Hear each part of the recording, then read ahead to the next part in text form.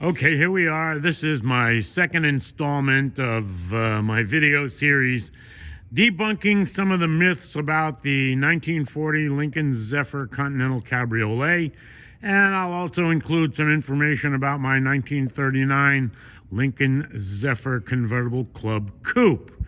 As for the 40, its body number is 06H56189.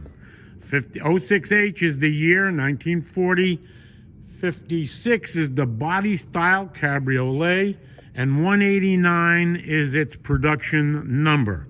Of the 350 built, this car is number 189.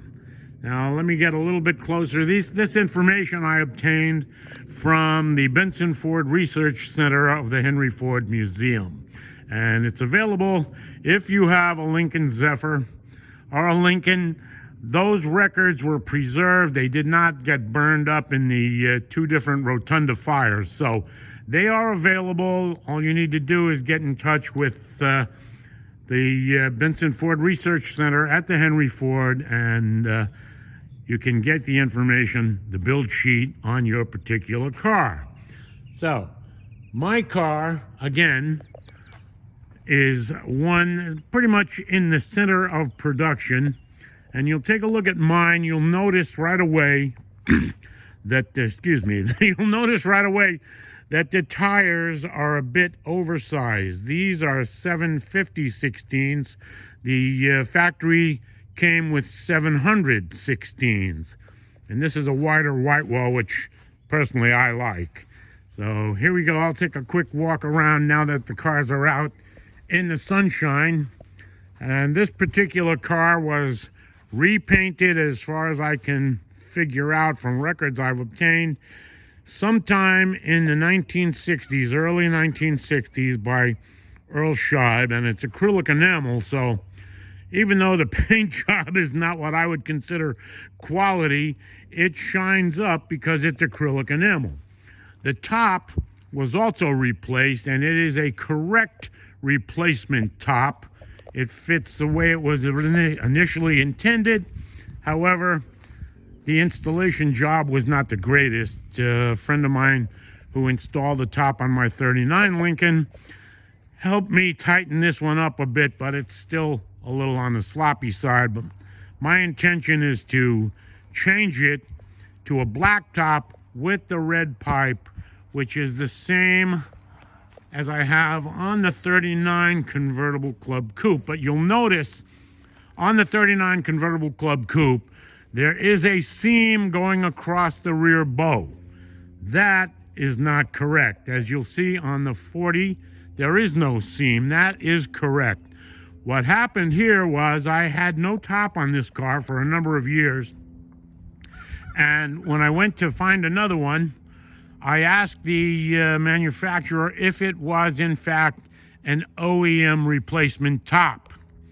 They told me it was. When I got it, I found out that it's not OEM because it has the seam on the back for the adjustment of the rear.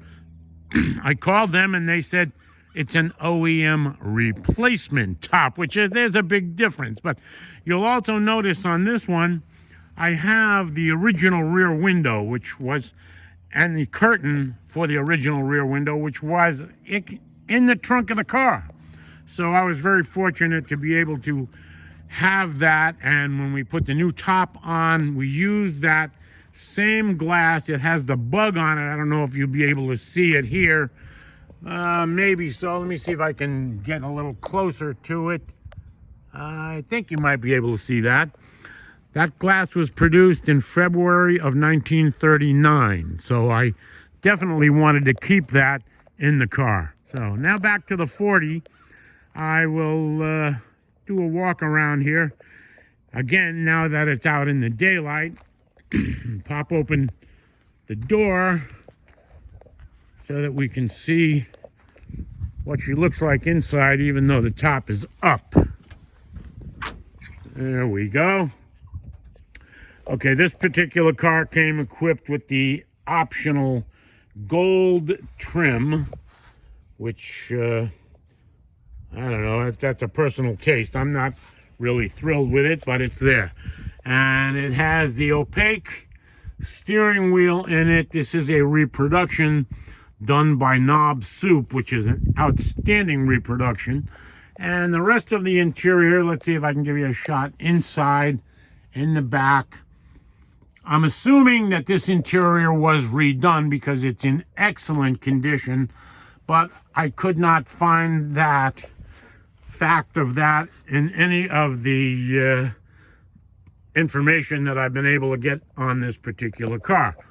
One thing that is completely different on this car, which I absolutely love, even though it's not stock, the 292 V12, it's the original one to the car, but it's been treated with some upgrades in speed equipment.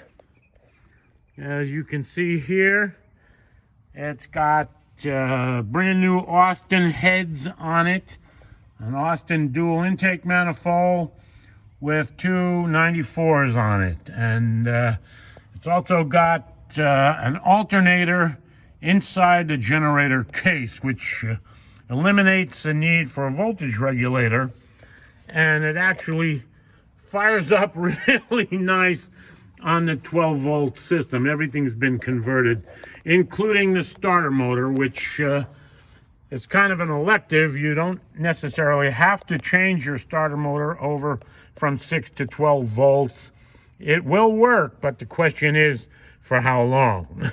That's why I always change my starter motors to 12 volts in the cars that I have converted from 6 to 12. And the only reason I've done those conversions is not because I wasn't happy with the 6 volt, but availability of 6 volt parts, including batteries, are very, very difficult to come by. And I like to take my cars on extended road trips. And if you have an electrical issue, it's a whole lot easier to deal with it when you've got 12 volts in your car.